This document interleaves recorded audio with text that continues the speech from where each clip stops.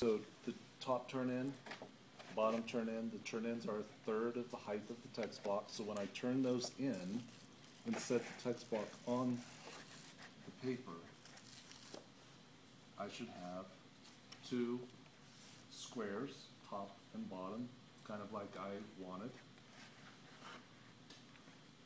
And if that's what you got, then you did everything right. Now again, so what is the size of this space?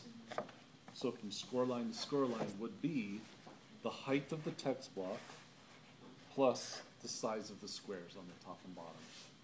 Does that make sense? So offsets. The offsets. Here, let me turn it around this way. Could equal like half an inch maybe?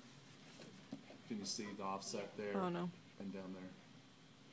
I know it's kind of the same color, but you didn't get that? Okay. All right, turn the page. Mm-hmm.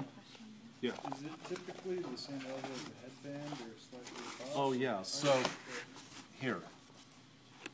Do you need this one? No, the blue one. Oh. So, here's a text block with an end band.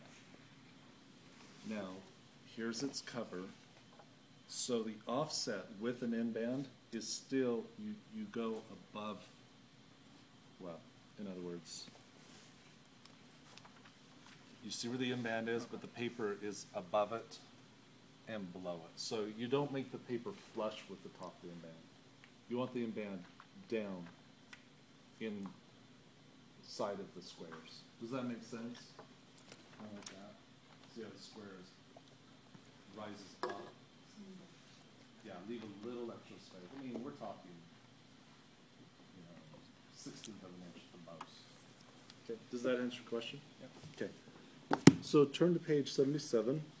Now what we need to do is make our perpendicular lines, which will be the joints where the book opens.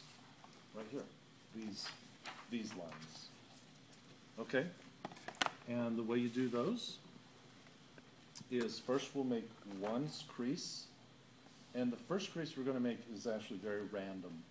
We're going to more or less come right to the middle and make a line. So you're not measuring anything.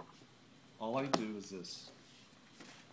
I literally just kind of fold the paper in half, and I put just a little crease here,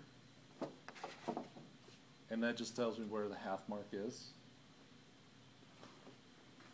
Little pencil mark, and that's where I'm going to make my first crease line. Okay, so it's very random, just in the middle. Okay, and there's enough paper going out both ways that we'll still have enough to trim off on both sides. Okay, now to do that, I need does anybody have a large triangle by chance? You happen to have one there? Okay, you need a good big triangle. Bigger the better. Yeah. That's good.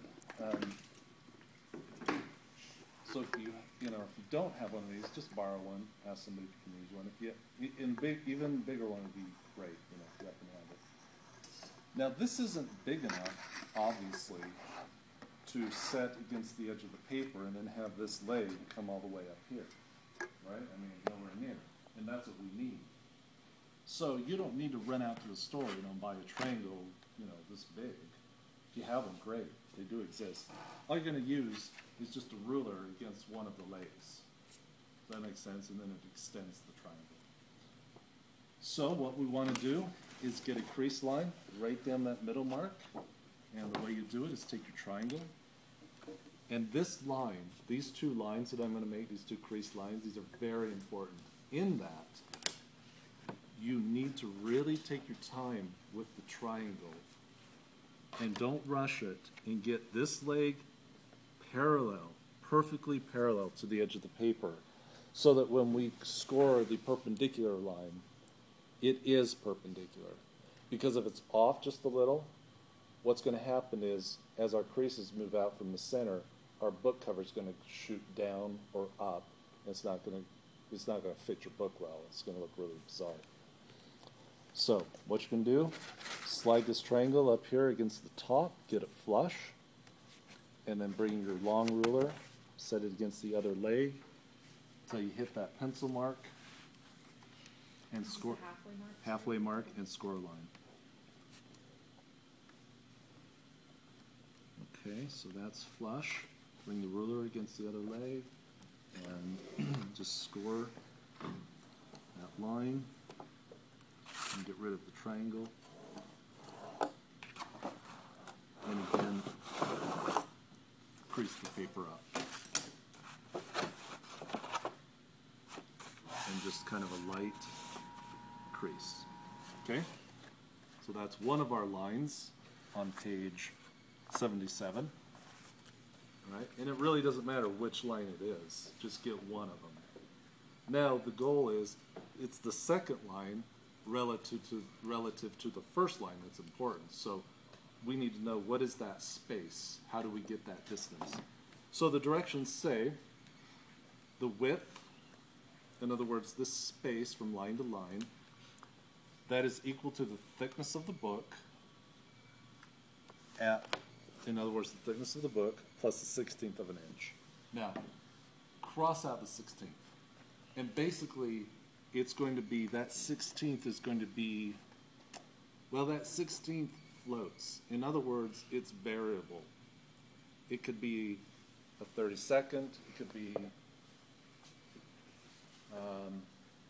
2 millimeters, it could be 3/32. And the reason it could be all these different measurements is because it depends upon the thickness of your paper. And believe it or not, all of your paper will be different. It's very minuscule, but because they're all handmade,